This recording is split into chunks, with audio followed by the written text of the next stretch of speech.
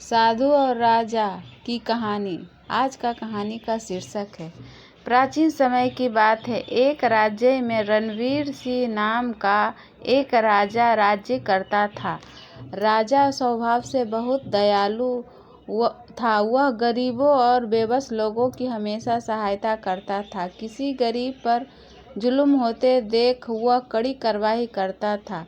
राजा के इसी स्वभाव से उस राज्य की प्रजा बहुत प्रसन्न रहती थी।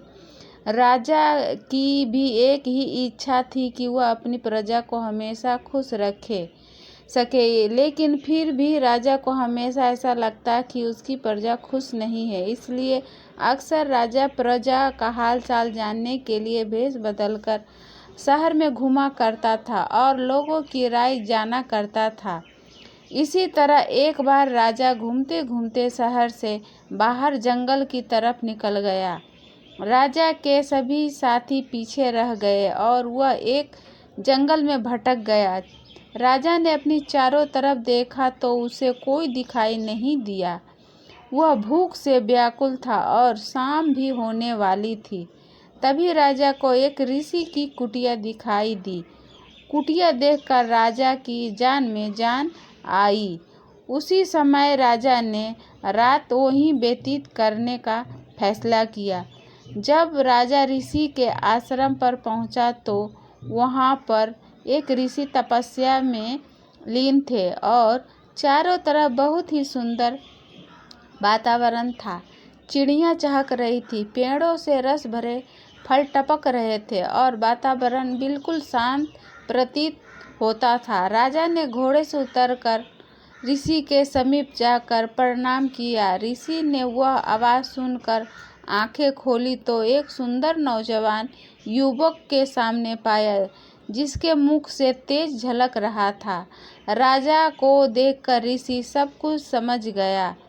राजा ने ऋषि से रास्ता भटक जाने की बात बताई और वहां रात गुजारने के लिए अनुमति मांगी। ऋषि ने राजा को रुकने की अनुमति दे दी और राजा को खाने के लिए स्वादिष्ट फल दिए। जब राजा ने उन फलों को खाया तो राजा को वह फल अत्यंत मीठे और स्वादिष्ट लगे। राजा ने इससे पहले इतने मीठे फल कभी नहीं खाए थे। राजा ने ऋषि से फलों के इतने मीठे होने का कारण पूछा। राजा की यह बात सुनकर ऋषि ने कहा, यहाँ का राजा दयालु और न्यायप्रिय होगा। वह गरीबों की सहायता करता होगा। वह प्रजा के दुख दूर करने वाला होगा, इसलिए यह फल इतने मीठे हैं। लेकिन राजा को इन सब बातों पर यकीन नहीं हो पा रहा था, पर राजा इन बातों को झुठला भी नहीं पा रहा था। इसलिए राजा ने निरीक्षण करने का निर्णय लिया।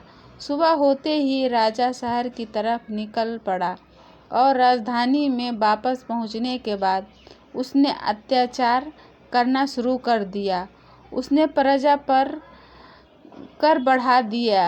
अब राजा गरीबों को परेशान करने लगा। पूरे राज्य में हाहाकार मच गया। ठीक 1 महीने बाद राजा फिर उसी जंगल में उस आश्रम पर जा पहुंचा। जब राजा ने उस आश्रम को देखा तो वह भौंचक्कर रह गया, क्योंकि जहाँ पर पहले पेड़ हरे भरे थे वह सब पेड़ सूख रहे थे। फलों में कीड़े लग रहे थे, चिड़ियाँ चीख रही थी। तभी घोड़े की आहट पाकर ऋषि अपनी कुटिया से बाहर आया और राजा को बिठाया। ऋषि ने राजा को ताजे फल खाने के लिए दिए। जब राजा ने फलों को खाया तो उसका पूरा मुंह कड़वाहट से भर गया। राजा ने ऋषि से फलों की कड़वाहट का कारण पूछा तो ऋषि ने राजा इस बात का जवाब देते हुए ऋषि ने कहा, अब यहाँ का राजा बदल गया है, जो प्रजा को दुखी करता है और प्रजा में कड़वाहट फैलाता है। इसलिए सभी फलों का स्वाद कड़वा हो गया है।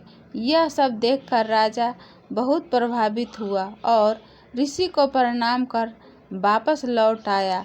राजा ने अगले दिन से ही पहले जैसा राज्य चलाने लगा। वह फिर से लोगों की सहायता करने लगा और उनके बदले से फलों और प्रकृति में फिर से स्वाद आ गया और प्रजा फिर से सुखी रहने लगी। कभी किसी की जिंदगी में कड़वाहट नहीं घोलनी चाहिए, अन्यथा उस कड़वाहट का असर आपको अपनी निजी जीवन में देखने को मिलेगी। आपको वह कड़वाहट तो सुनी ही होगी कि जो दूसरे के लिए गड्ढे खोदते हैं वह उसमें स्वयं जाकर गिर जाते हैं। फ्रेंड्स, ऐसी कहानी सुनने के लिए चैनल से बने रहें। इस वीडियो को लाइक करें, शेयर करें। अगर आप इस चैनल पर नए हैं तो चैनल को सब्सक्राइब करें।